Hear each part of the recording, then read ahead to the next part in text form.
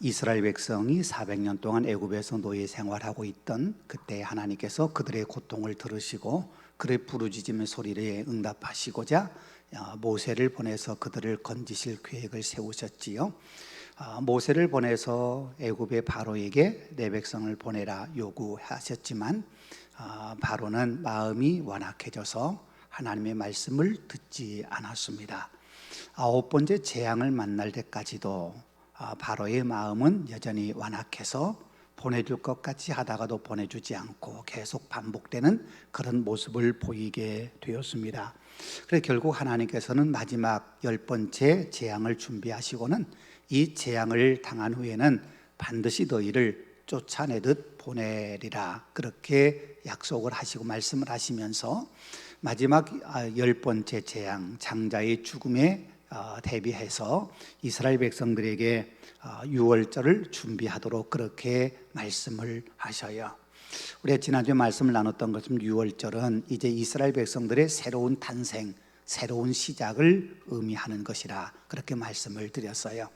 유월절 있는 달을 아비월 이렇게 이야기했는데 그 아비브라고 하는 말이 봄, 새싹 이렇게 그런 것을 의미하는 것처럼 이제 겨울이 지나고 새로운 우미 둠트고 새로운 햇살이 돋아나는 것처럼 이스라엘 백성의 새로운 시대가 열릴 거라고 하는 걸 의미하는 그런 뜻에서 그 달을 아비월이라고 부르게 되었다고 하는 것도 함께 나누었고요. 유월절을 준비하는 과정 10일 날 그 달 10일에 양을 선택하고 14일까지 잘 간수했다가 그날 저녁에 잡고 그리고 혹 양의 그 잡는 그 양이 그 우리 가족으로 다 먹을 수 없다 그러면 내 가장 가까이 있는 이웃을 초청해서 함께 먹을 수 있도록 이것은 이스라엘 백성들의 공동체를 회복시켜주는 그런 의미이기도 하고요. 이 유월절은 영원히 지켜야 할 규례라 이렇게 말씀을 하셨어요. 그러면서 그 유월절을 여호와의 유월절 이렇게 하나님 말씀하시는데 우리가 요한복음 2장이 이야기한 것처럼 예수님 시대에 이스라엘 백성들 유대인들은 그 유월절을 여호와의 유월절로 지키지 않고 유대인의 유월절로 지켰다 하는 것까지 우리가 함께 말씀을 나눴습니다. 오늘 유월절에 이어서 나오는 무교절을 이야기하고 있는데 오늘 말씀에 그렇게 이야기해요. 너희는 이래 동안 무교병을 먹어라 그렇게 말씀해요. 무교병이라고 하는 게 뭘까? 우리가 잘 아는 것처럼 누룩이 들어가지 않는 딱딱한 빵을 말해요. 이 딱딱한 빵은요 칼로 잘라도 잘라지지 않을 만큼 아주 딱딱하고 잘라지지 않고 손으로 부러뜨려야 부러뜨려지는 그렇게 그래서 손으로 쪼개서 먹을 수밖에 없는 그런 딱딱한 빵이에요. 산티아고 순례길을 걸으면서 이 바게트를 몇 번 먹을 기회가 있었는데 얼마나 딱딱한지 손으로 잘 끊어지도 않고요 우리 이빨로 잘 씹어지도 않는 그런 바게트 빵을 길다란 걸 그 유럽 사람들은 가지고 다니면서 그걸로 식사를 해결하고 하는 그런 모습을 보면서 참 이 사람들 대단하다 그런 생각을 해본 적이 있었는데 이 무교병을 생각하면 꼭 그때 그 바게트 빵이 생각이 나요. 얼마나 딱딱한지. 이스라엘 백성에게 하나님께서 그 무교병을 먹으라 그렇게 말씀을 하셔요.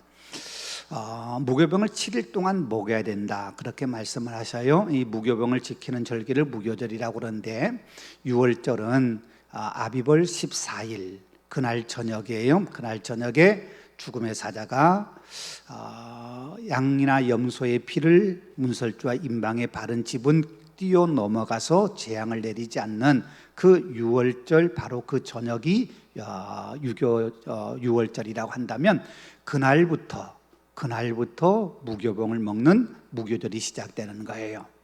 우리가 지난주 말씀을 나눴던 12장 8절의 말씀이에요. 그 밤에 그 고기를 준비되었던 양이나 염소 그 고기를 구워서 불에 구워서 먹고 무교병과 쓴나물과 함께 먹으라 그렇게 말씀하셔요.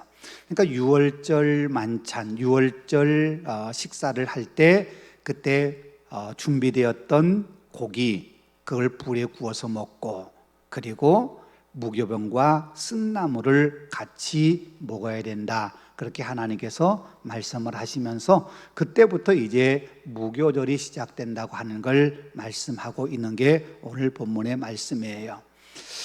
자, 집에서 누룩을 제거해야 된다. 심지어는 누룩이 눈에 보이지 않게 해야 된다. 그렇게 말씀을 하셔요. 이래 동안 누룩이 너희 집에서 발견되지 않도록 해라. 아예 눈에 들어오지 않도록.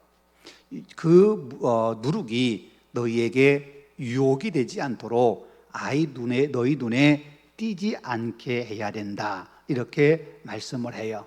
만약에 이를 어기고 누룩이 들어간 빵을 먹는다면, 떡을 먹는다면 이스라엘 회중 가운데서 끊어지겠다. 그렇게 말씀해요.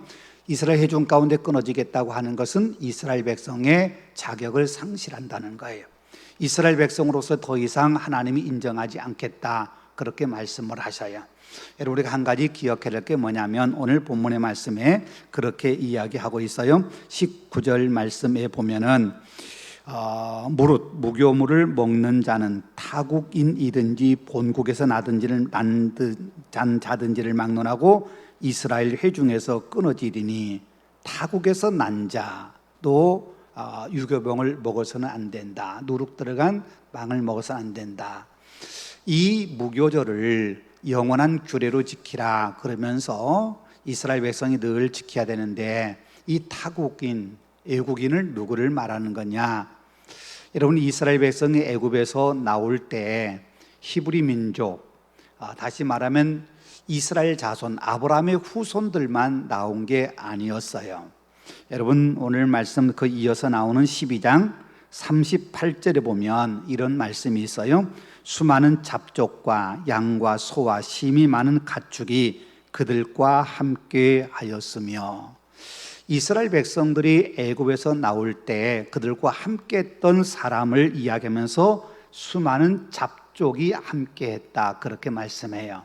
이 말은 무슨 말이냐면 이스라엘 백성들을 해방시키라고 하나님의 요구에 거절했던 바로를 향해서 하나님께서 계속해서 재앙을 내리실 때 그 재앙 내리는 모습을 보고 히브리 사람의 하나님, 그들의 하나님이 진짜 살아계신 하나님이구나 하는 것을 인정했던 아브라함의 후손이 아닌 다른 인종의 사람들이 히브리 백성들이 애굽에서 탈출해 간다고 할 때 우리도 같이 가마, 그리고 같이 따라 나선 사람들이 있었어요.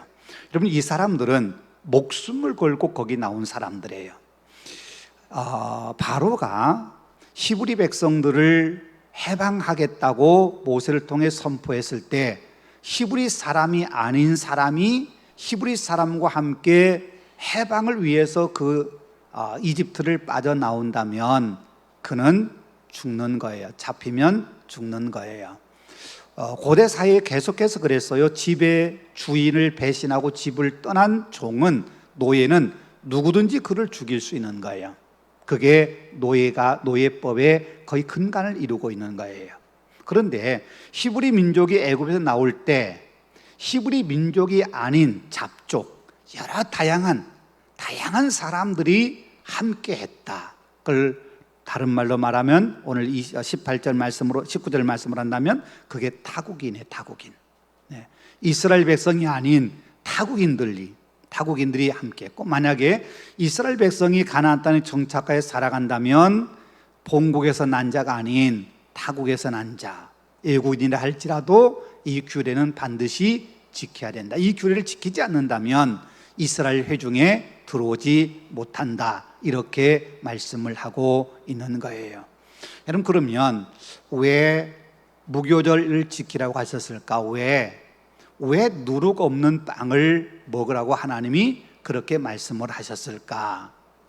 우리가 누룩이 의미하는 바가 뭐냐 하는 것을 살펴보면 우리가 좀 이해할 수 있어요. 성경에 누룩을 두 가지 측면에서 우리에게 이야기를 해주고 있어요. 이 누룩을 긍정적으로 보는 그런 성경 말씀도 있어요. 누룩을 넣은 떡, 유교병을 제물로 하나님 앞에 드려라 하는 말씀도 있다는 거예요. 레위기 7장 13절이에요. 또 유교병을 화목제에 감사 제물과 함께 그 예물로 드리라. 그러니까 누룩이 들어간 유교병을 제물로 드려라 그렇게 말씀하시고요. 23장 17절에는 이는 고운 가루에 누룩을 넣어서 구운 것이라. 그러니까 유교병을 만드는데 고운 가루에 누룩을 넣어서 만들라. 그러니까 언제나 하나님 앞에 제사를 드릴 때 무교병만을 드리라 그렇게 말씀하진 않아요. 무교절에는 무교병을 먹어야 하지만 하나님께 제사를 드릴 때는 누룩이 들어간 것을 드려라 그렇게 말씀도 하신다는 거예요. 신약 성경에 보면 우리가 잘 아는 마태복음 13장에 천국 비유를 하시면서 천국을 마치 누룩과 같다, 가루 서말 속에 갖다 넣어 전부를 부풀게 한 누룩과 같다, 그런 비유를 하셔요. 이건 천국이 확장된다고 하는 걸 의미하는 말씀으로 누룩을 이야기해요. 그래요. 누룩은 자신을 희생시켜서 다른 것을 발효시켜 더 부풀게 만드는 거지요. 더 부풀어. 그래서 누룩이 들어간 빵은 부풀어져서 부드러워지는 거고, 누룩이 들어가지 않는 빵은 그대로 굳어서 단단해지는 거지요. 이렇게 누룩을 하나님 나라를 비유할 정도로 누룩은 긍정적인 의미를 갖는 그런 말씀도 있다는 거지요. 부정적으로 쓰이는 모습도 있어요. 이방인의 풍습이나 죄를 상징할 때 이 누룩이란 말을 쓰기도 해요. 고린도전서 5장 7절에요. 너희는 누룩 없는 자인데 새 덩어리가 되기 위하여 묵은 누룩을 내버리라. 우리 유월절 양 곧 그리스도께서 희생되셨느니라. 예수 그리스도의 희생, 예수 그리스도의 십자가 죽으심으로 우리가 죄에서부터 해방되어 우린 더 이상 이제 누룩 없는 자가 되었다. 그 누룩은 죄를 말하는 거예요. 옛사람의 성품, 이방인의 풍습, 이런 걸 의미하는 것이기도 하지요. 예수님 하신 말씀 가운데 이런 말씀이 있어요. 마태복음 16장 6절 말씀에 삼가 바리새인과 사두개인의 누룩을 주의하라. 바리새인과 사두개인의 누룩을 주의하라. 여러분, 이 말씀은 바리새인과 사두개인들이 잘못된 종교, 잘못된 신앙, 잘못된 그런 섬김으로 섬기고 있는 그 모습이 가르침이나 또 본을 보이는 거나 그들의 어떤 나타난 영향력이나 이런 것들이 다른 사람에게 엄청난 파급력을 끼칠 거기 때문에 너희는 그들을 조심해야 된다. 그걸 이야기해 주고 있는 거예요. 네. 여러분, 그래요. 누룩이 들어가면 밀가루가 나는 저 누룩의 영향을 받지 않을 거야, 아무리 그래도 영향받지 않을 수 없는 거지요. 누룩이 들어간 이상 부풀게 되어 있어 발효가 되게 되어 있다는 거예요. 그것처럼 우리의 삶에 누룩이 들어오면 그 누룩의 영향을 받을 수밖에 없는데 그 누룩이 어떤 영향력을 나타낼 거냐, 우리에게, 이게 굉장히 중요한 거지요. 네. 오늘 본문의 그 말씀은 누룩을 보이지 않게 하라. 앞에 말씀드린 것처럼 전혀 너희에게 유혹이 되지 않게 해라. 네, 유혹이 되지 않게 하라. 그 이래 동안은 너의 모든 지경 가운데 누룩이 보이지 않게 하라. 내가 생활하고 있는 것 어디든지 누룩이 내 가까이 있게 하지 말아라. 그렇게 말씀하시면서 이 누룩의 영향력이 얼마나 강한지, 그 유혹이 얼마나 강한지를 말씀하시면서 정말 조심해야 돼. 정말 조심하지 않으면 그 유혹에 넘어갈 수밖에 없어 라고 하는 걸 이야기해 주고 있는 거예요. 그래서 누룩을 멀리해라, 그렇게 우리에게 가르쳐 주고 있는 말씀이지요. 그러니까 여러분, 성경의 누룩은 그래요, 누룩 자체가 좋다 나쁘다 그런 의미가 결코 아니에요. 그걸 어떻게 사용하고 어떤 의미로 우리에게 적용하느냐, 이게 굉장히 중요한 거예요. 그러면 이 유월절에 왜 무교절과 함께 이걸 연결시켰을까? 왜 유교병을 먹지 말고 무교병만 먹어야 된다? 왜 이 말씀을 하셨을까? 그리고 우리가 생각해 본다면 두 가지 우리가 생각해 볼 수 있어요. 첫 번째는 빵은요, 이스라엘 백성들에게 주식이잖아요. 우리가 밥을 먹는 것처럼 늘상 일상에 가장 가까이에 있는, 우리 생존을 위해서 가장 필요한 가장 기본이 되는 게 이 빵이에요. 이 빵에서부터 너희가 거룩함을 유지해야 된다. 너의 일상의 삶의 거룩함을 담고 살아라. 그걸 우리에게 가르쳐주고 있는 거예요. 20절 말씀에요. 너희 모든 유하는 곳에서 무교병을 먹을지니라. 이 말을 좀 바꿔 표현한다면 너희가 살아간 모든 삶의 영역에 언제나 무교병만 있게 해라. 그런 말씀이에요. 그 말을 우리에게 적용해 본다면 우리가 살아가는 평범한 삶, 교회에서뿐만 아니라 우리의 가정에서도 일터에서도 우리가 사람들을 만나고 친구들과 만나고 모임을 하고 어떤 일을 하든지 우리가 있는 그 자리가 언제나 세상과 구별된 죄악에서 멀어진 그런 세상의 풍습을 따르지 않는 거룩함을 담고 살아야 된다. 그러니까 삶의 거룩은 우리가 어디 기도원에 올라가서 기도할 때만 거룩해지는 게 아니고요, 예배당에 와서 예배를 드릴 때만 거룩해지는 게 아니고 우리의 삶의 모든 부분에서 우리는 거룩을 담고 살아야 되고 하나님의 거룩하심을 닮아가야 한다는 거예요. 그래서 이 누룩 들어가지 않는 빵, 무교병을 먹으라 라고 하는 말씀하신 것은 우리의 삶이 그만큼 죄악에서 멀어진 거룩함으로 우리의 삶을 살아야 된다. 모든 일상의 삶에서, 작은 삶의 부분에서도 이걸 우리에게 가르쳐주고 있는 말씀이에요. 또 하나, 이 누룩을 이야기할 때 말씀드린 것처럼 이게 파급력이 있다는 거예요. 영향력이 있다는 거예요. 우리는 누룩과 같은 존재가 되어서 우리의 거룩함을 다른 사람에게 보여주고 증거하고 선한 영향력을 끼쳐야 되지만 세상의 누룩, 세상의 풍습과 죄에 휩싸여 있는 그런 누룩이 우리를 변질시키지 않도록 우리가 세상의 누룩은 조심해야 된다. 그걸 우리에게 가르쳐주고 있는 거예요. 여러분, 그래요. 우리 믿음의 사람들은 세상에 선한 영향력을 나타내야 돼요. 그래서 성경은 우리에게 너는 세상의 빛이다, 너는 세상의 그리스도의 향기다, 그런 말씀하잖아요. 여러분요, 빛과 향기의 특징이 뭐냐면 감출 수 없는 거예요. 빛을 비추면은, 빛을 이렇게 불을 켜면은 이걸 감춘다고 해서 감춰지지 않는 거죠. 내가 빛을 비추리라, 내가 세상의 빛을 발하리라, 그래서 빛을 비추는 것이 아니라요, 그냥 빛이 있으면 그 자리가 빛나는 거예요. 드러내려고 노력하지 않아도 빛나는 거예요. 그게 빛의 특징이에요. 그러니까 우리가 믿음의 삶을 살아가면서 빛된 삶을 산다고 하는 것은 내가 저 사람에게 감동을 줘야지, 내가 저 사람의 마음에 감동 줘서 예수 믿게 해야 되지.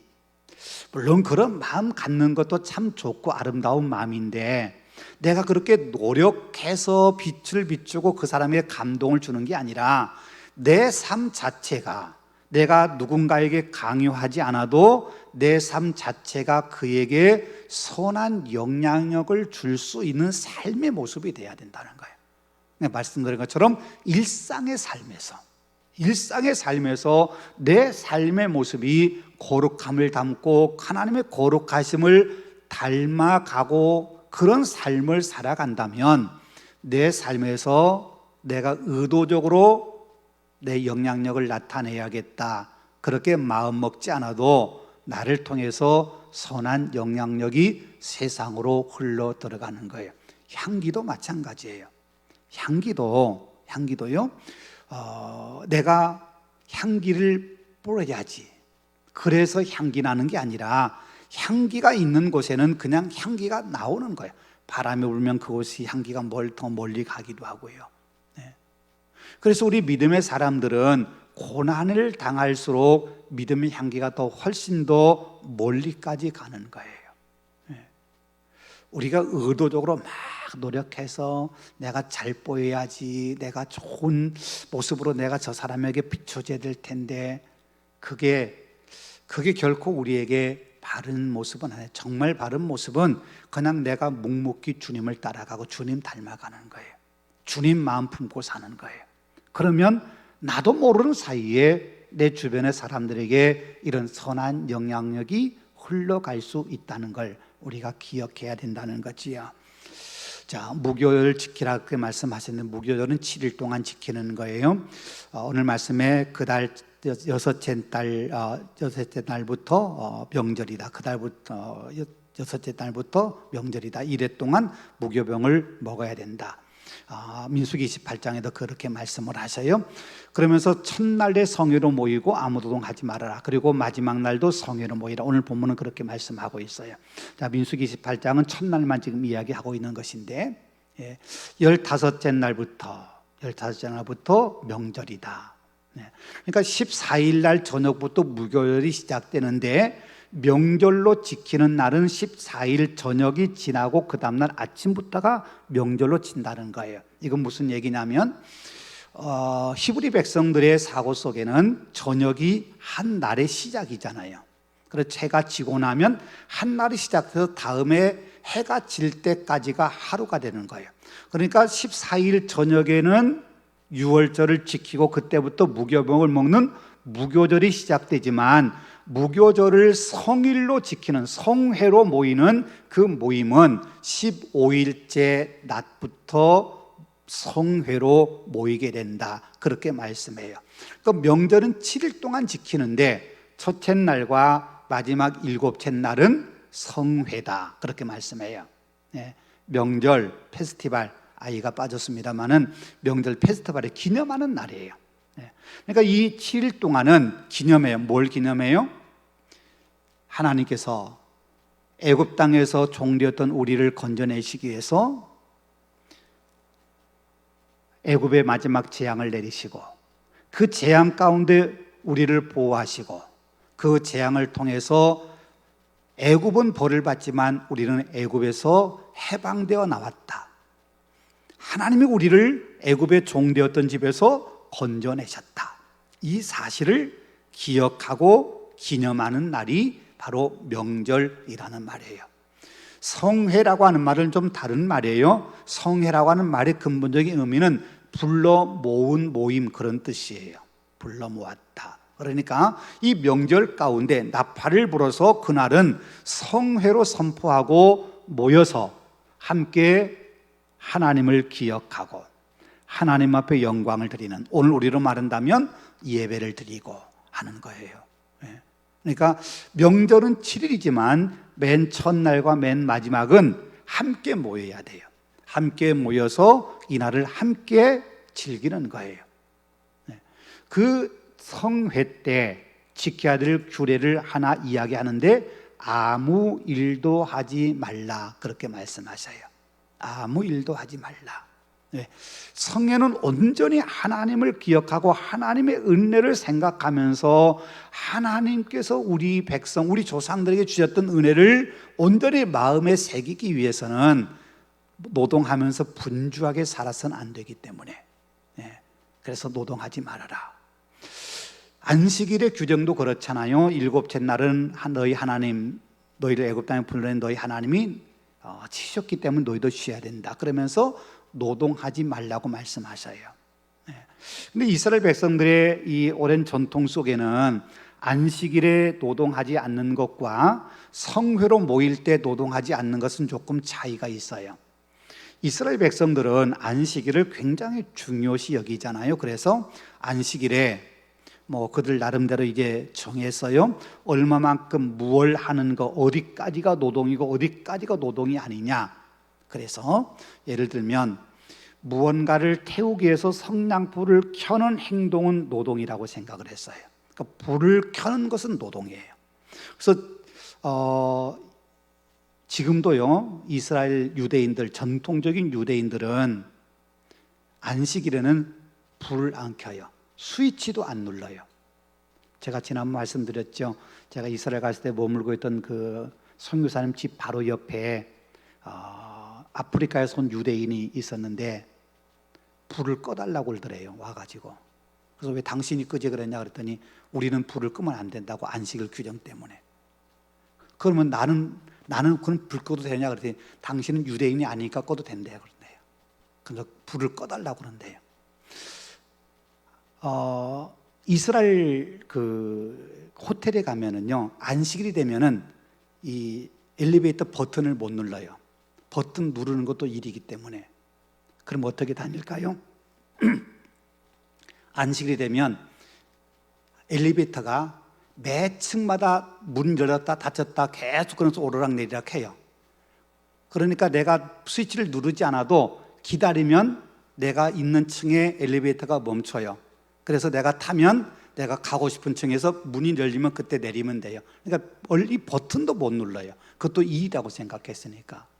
우리가 아는 것처럼 예수님의 제자들이 밀 이삭을 잘라 손을 먹었잖아요. 이것도 왜 안식일 하지 못하려 했느냐고 책망하잖아요. 이게 노동했다는 거예요. 이게 안식일의 규정이에요.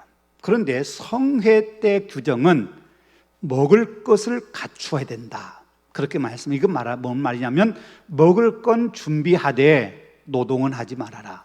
근데 먹을 건 준비해라. 그래서 이 성회로 모일 때에는 음식을 만드는 것까지는 허락한다. 이렇게 규정을 만들어요. 그러니까 안식일에 노동하지 말라는 것과 성회로 모일 때 노동하지 말라는 것에 이스라엘 백성들, 유대인들이 적용하는 적용점은 조금 차이가 있어요. 그만큼 안식일은 더 철저하게 지키는 거예요. 철저하게. 성회는 조금 더 이렇게 좀 여유를 두고 그렇게 성회를 지키는 모습을 오늘도 우리가 볼 수 있어요. 자, 먹을 것을 갖추라고 하는 것은 배가 고프거나 그런 것 때문에 하나님을 기억해야 될 순간에 하나님을 잃어버려서는 안 되기 때문에. 그러니까 모든 것이 하나님을 기억하고 기념하는 일에 집중해야 되기 때문에 기본적으로 먹을 건 준비하고 하나님을 위해서 다른 아무것도 하지 않는, 하나님께만 집중하는. 여러분, 이게 어떻게 보면 오늘 우리에게는 우리가 예배를 드릴 때 그런 마음가짐, 그런 모습이어야 하지 않을까. 오직 하나님만을 기억하고 하나님만을 바라보면서 하나님만을 생각하며 드리는 게 우리의 예배의 자세여야 한다는 거지요. 자, 무교배를 지키는 이유가 뭘까? 말씀드린 것처럼 이스라엘을 애굽 땅에서 건져내심을 기억하는 거예요. 그리고 그것은 영원한 규례로 대대로 계속해서 지켜야 될 규례다, 이렇게 이야기해요. 이렇게 하나님을 기억하고 하나님이 우리에게 행하신 일, 이걸 기억한다고 하는 게 이게 얼마나 중요한지 몰라요. 이스라엘 백성들이 오랜 기간 동안 자신의 정체성을 잃어버리지 않았던 이유 가운데 하나는 이런 기념하는 날들이 있기 때문에 그래요. 안식일, 유월절, 만찬, 이런 것들을 계속 반복해 그들이 행하기 때문에 우리는 유대인이다 하는 이 자기 정체성을 잃어버리지 않은 것, 수백 년, 수천 년이 지나도 말이에요. 그래서 이건 굉장히 중요한 거예요. 여러분, 우리가 두 달에 한 번씩 성찬식을 행하잖아요. 성찬식을 행하면서 우리를 위해 피 흘리신 주님, 십자가에 죽으신 주님 우리가 기억한다는 게, 이게 우리에게는 신앙의, 우리 자신의 근본을 세우는 거거든요. 어떤 분은 그런 얘기를 해요. 예수님의 십자가 죽음, 왜 그걸 우리가 그렇게 매일 묵상해야 되느냐? 부활이요, 승리요, 행복이요, 그것만 생각해야 되지 않나, 그렇게 말할지 모르지만 우리 신앙의 근본은 주님의 죽으심으로 인해서 우리가 죄사함 받는 거, 여기서부터 시작되는 거기 때문에 우리가 그 사실을 잃어버리면 결코 안 된다는 걸 우리는 기억해야 된다는 거예요. 한 가지 더 생각해 보겠습니다. 오늘 본문의 말씀의 17절에 너희 군대라고 하는 말이 나와요. 너희는 무교절을 지키라. 이날에 내가 너희 군대를 애굽 땅에서 인도하여 내었습니다. 하나님께서 이스라엘 백성을 군대라고 말씀을 하셔요. 여러분, 이스라엘 백성이 군대일까요? 이스라엘 백성이 애굽 땅에 노예 생활할 때 한 번도 조직을 갖추지 않았어요. 한 번도 조직을 갖추고 군대로 훈련받은 적도 없어요. 그런데 하나님께서는 오늘 본문에서 이스라엘 백성을 향해서 군대라고 말씀을 하셔요. 여러분, 이건 굉장히 중요한 의미를 담고 있는 말씀이에요. 이스라엘 백성들, 아직 노예로 있는 이스라엘 백성들에게 군대라고 말씀한 이유는 이제 너희는 노예가 아니야. 내가 너희의 대장이 되어서 너희를 압제했던 애굽의 신들 내가 다 정복했어 라고 하는 그 의미예요. 너희는 정복하신 하나님의 백성, 하나님의 군대야 라는 그런 의미예요. 또 하나는 이제부터 너희가 새로운 출발하는데 이 출발부터 너희는 하나님의 백성이 되어서 잘 훈련받아 애굽 땅 떠나서 가나안의 과정에서 훈련받고 나면 그 다음에 가나안 땅에 들어가면 이제 너희 손으로 가나안 백성들과 전쟁에서 승리를 거두어야 돼.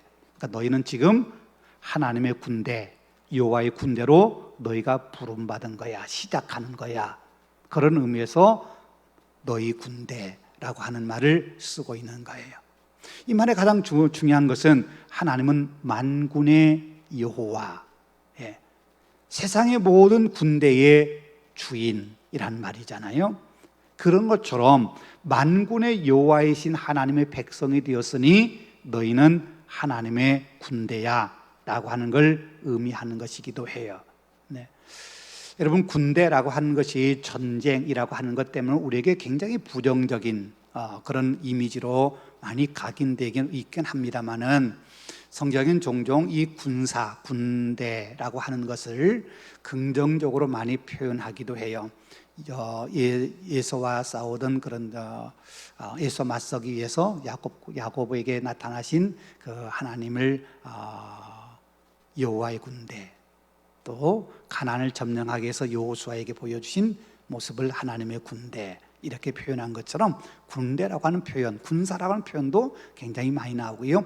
이스라엘 백성이 애굽 땅 출발해서 가나안 들어가기 전에 이 광야 생활하고 있을 때 이스라엘 백성이 행전하는 모습을 군대라고 표현을 하기도 해요. 네. 빌립보서 2장 25절 말씀처럼 에바브로디도를 가리켜서 나와 함께한 좋은 군사다, 이렇게 표현하기도 해요. 믿음의 군사, 복음의 군사예요. 네. 영적 싸움에서 우리가 적군을 물리쳐야 될 좋은 믿음의 군사라고 하는 걸 성경은 우리에게 이야기해 주고 있는 거예요. 그러니까 오늘 본문에서 아직 히브리 노예예요. 여전히 애굽에서 노예 생활하는 히브리 노예지만 히브리 노예인 이스라엘 백성들을 향해서 너희는 군대야, 그렇게 하나님 말씀하신 이유는 희망을 주는 거고요. 너희가 이제 어떻게 살아갈 건가를 가르치는 말씀이기도 해요.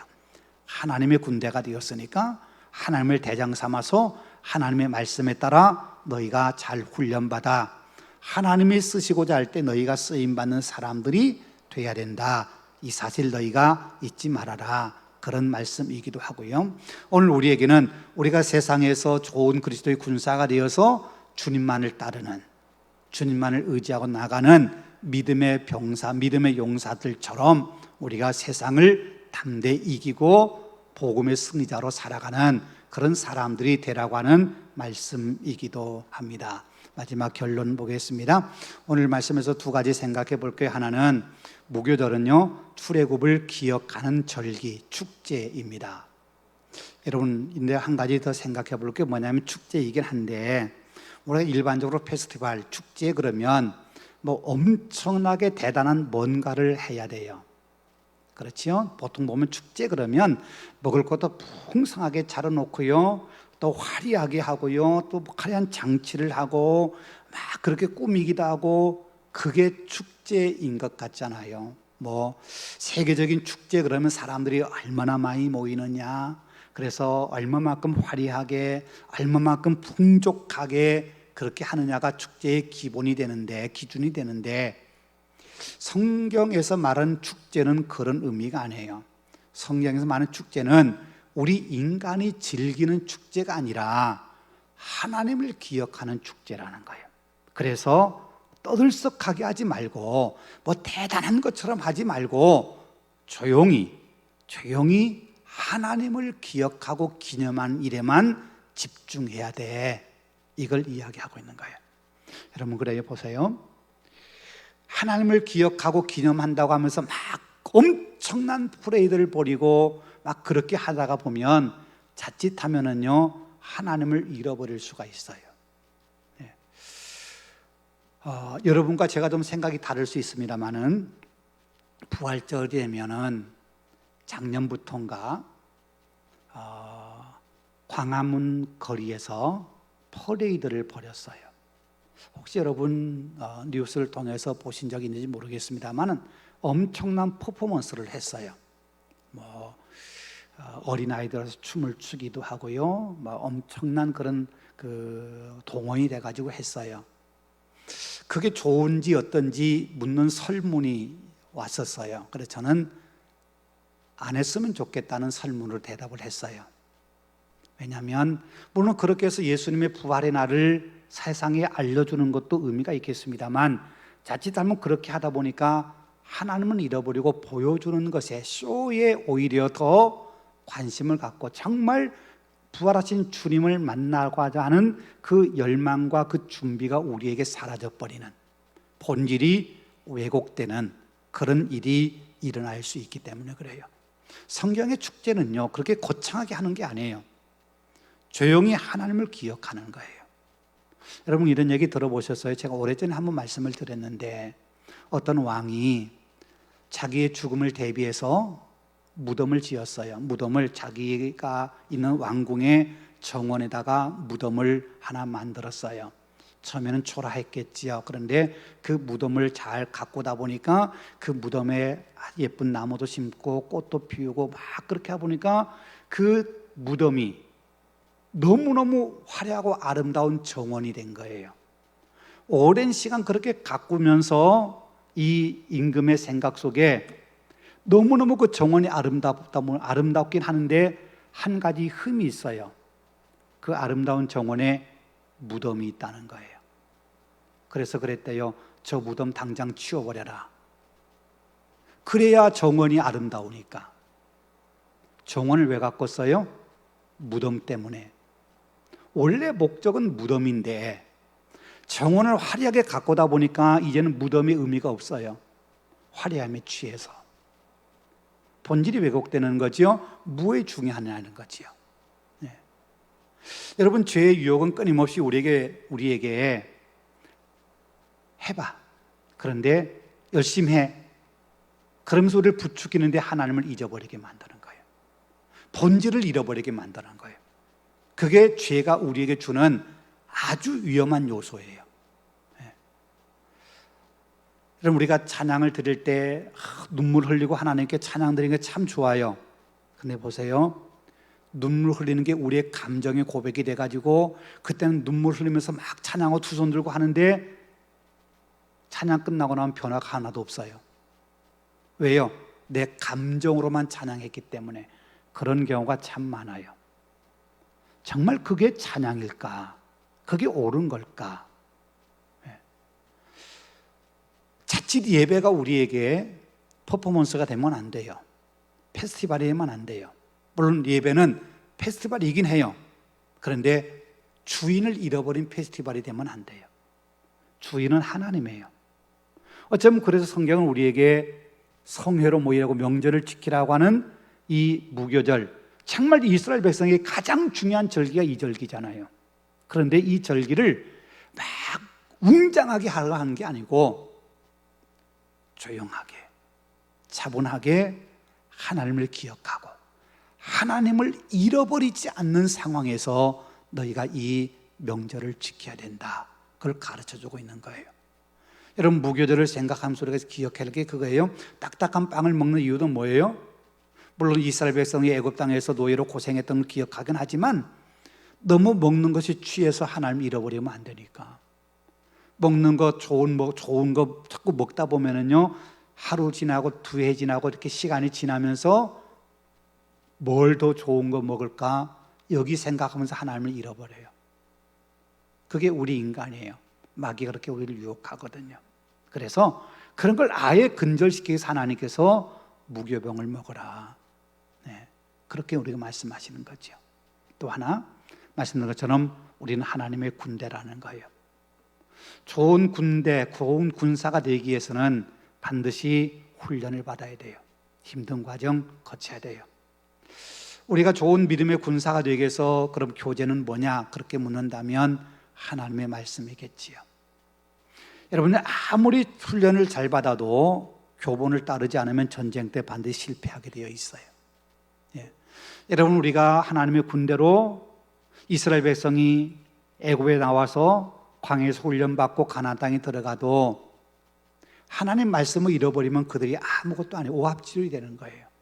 그래서 모세가 40년 광야 생활을 마치고 이제 요단강만 건너가면 가나안 땅 약속의 땅에 들어가는데 자신은 들어가지 못하니까 안타까운 마음에 이스라엘 백성을 다 모압 평지에 모아놓고 40년의 말씀을 정리해요. 그게 뭐냐면 그게 신명기의 말씀이에요. 여러분, 신명기라는 말은 다시 선포된 말씀이라는 거예요. 다시 선포된 말씀. 이놈들 이게 들어가면 걱정되거든요. 광야에서도 하나님 잃어버리고 배신하고 좀 힘들면 불평하고 그런 놈들인데 이놈들 가서 잘 살 수 있을까? 정말 믿음대로 잘 살까? 모세가 걱정되는 거예요. 그래서 단단히 마음먹게 만드는 거예요.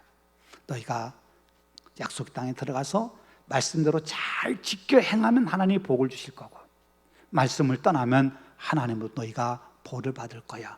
그래, 말씀 떠나지 마 하고 말씀을 가르치신 거예요. 그게 신명기예요. 여러분, 우리도 믿음의 훈련을 받으면서 절대 잃어버려서는 안 되는 것은 하나님의 말씀이 우리의 신앙 훈련의 기본 교재가 돼야 된다는 거예요. 그리고 병사의 삶은 반드시 고난이 따른다는 거 기억해야 된다는 거지요. 너는 그리스도 예수의 좋은 병사로 나와 함께 고난을 받으라.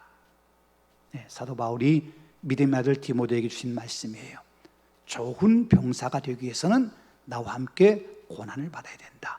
힘든 훈련의 과정, 고난의 과정을 거쳐서 좋은 믿음의 병사가 돼야 된다. 지금 이스라엘 백성은 이제 좋은 하나님의 병사로 출발점에 서 있는 거예요. 이제부터 하나님의 군대가 되어서 이제는 군대처럼 이제는 대적과 싸울 수 있는 힘을 기르고 하나님 말씀에 훈련받아서 가나안 땅 점령하고 이 땅에 하나님 나라를 세워가는데 너희가 쓰임받아야 된다. 그런 의미에서 너희는 하나님의 군대다. 이렇게 말씀하신 거예요.